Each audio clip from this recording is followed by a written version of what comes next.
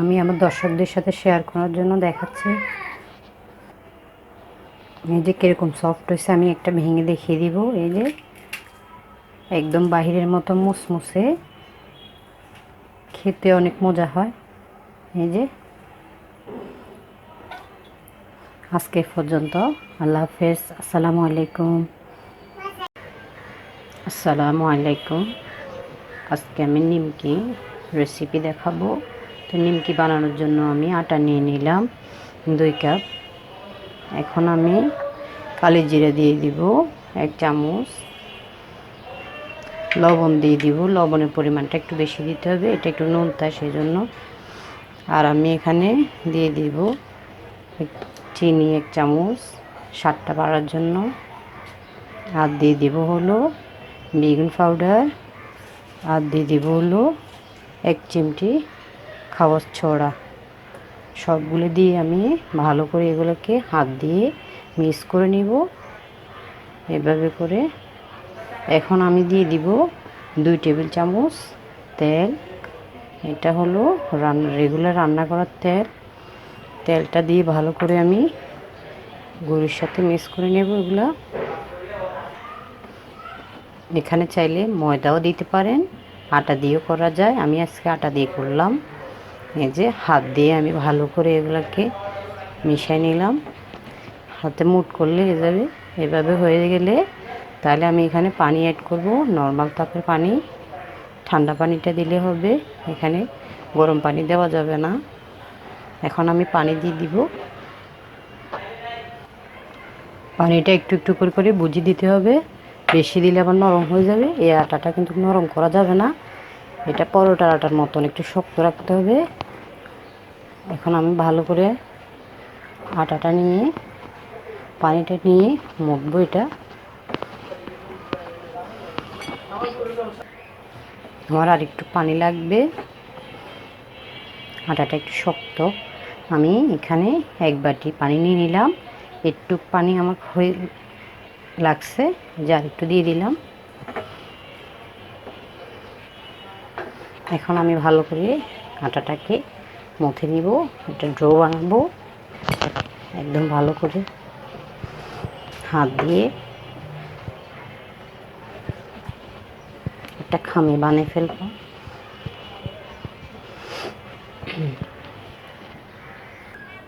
সবগুলো আমি ভালো করে মথে নিয়েছি। এখন আমি 15 থেকে 20 মিনিট একটু রেস্টে রাখবো। রেস্টে রাখার পরে তারপর এটাকে বানাবো। এখন আমি ঢাকনিটা সরে রেখে দিব। 15 মিনিট পরে আমি আবার নিয়ে আসলাম। এই যে এরকম শক্ত রাখছি আমি, এটা নরম করলে তাহলে এটা কাটতে বেলতে কষ্ট হবে। একটুখানি আমি নিব, নিয়ে ভালো করে মধ্যে এটাকে এখন একটা ফিরিতে বেলবো। এখন আমি ফিরিতে একটু ভালো করে মথে নিব।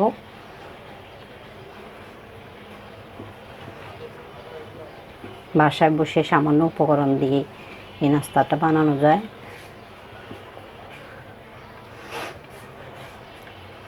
এখন আমি এটাকে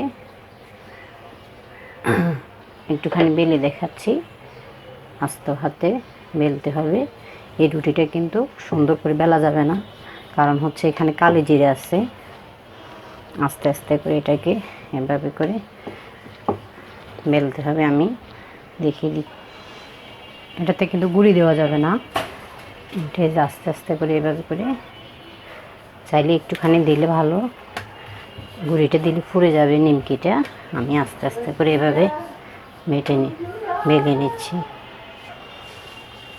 আমি রুটিটা এইভাবে করে বেলে নিয়েছি। এটা পাতলাও করিনি, বেশি মোটাও করিনি।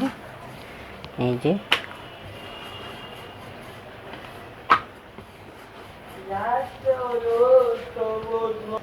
এখন আমি একটা ছুরি দিয়ে এভাবে করে কেটে নিব। এই যে আমি রুটিটা দেখাই দিই, একদম মোটাও না পাতলাও না।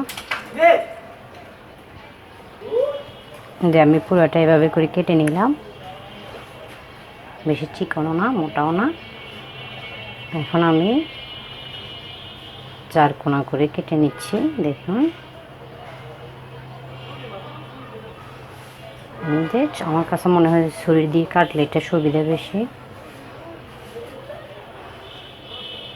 সবগুলো আমি একই সাইজের এভাবে করে কেটে নিচ্ছি।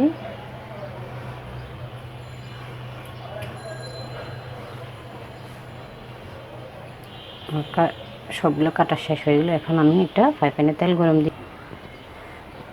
আমি এখন তেলের ভিতরে একটা একটা করে দিয়ে দিব। এই যে তেলটা অতিরিক্ত গরম হয়ে গেলে এটা পুড়ে যাবে। তেল আমি হালকা গরমে দিয়ে দিলাম, চুলাটা লো হিটে দিলাম। সবগুলো এভাবে করে আমি দিয়ে দিব।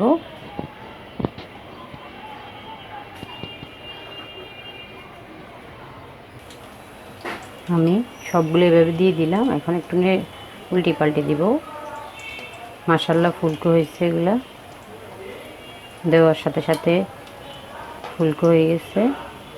চাইলে এরকম আমরা অল্প সময় ঘরোয়া পদ্ধতিতে নিমকিটা চাইলে বানাতে পারি। একদম সহজ এই রেসিপিটা। এটা কিন্তু চাইলে 15 দিন 1 মাস কাঁচের জারে রেখে খাওয়া যায়, চায়ের সাথে বা এমনি খাইতেও মজা। নিমকিটা বেশি ভাজা করলে তিতে হয়ে যাবে। এরকম কালার হয়ে আসলে আমরা এগুলো নামাই নেব। এই যে আমি একটা প্লেটে নিয়ে নিলাম। আমি আমার দর্শকদের সাথে শেয়ার করার জন্য দেখাচ্ছি। এই যে কীরকম সফট হয়েছে, আমি একটা ভেঙে দেখিয়ে দিব। এই যে একদম বাহিরের মতো মুসমুসে, খেতে অনেক মজা হয়। এই যে আজকে পর্যন্ত। আল্লাহ হাফেজ, আসসালামু আলাইকুম।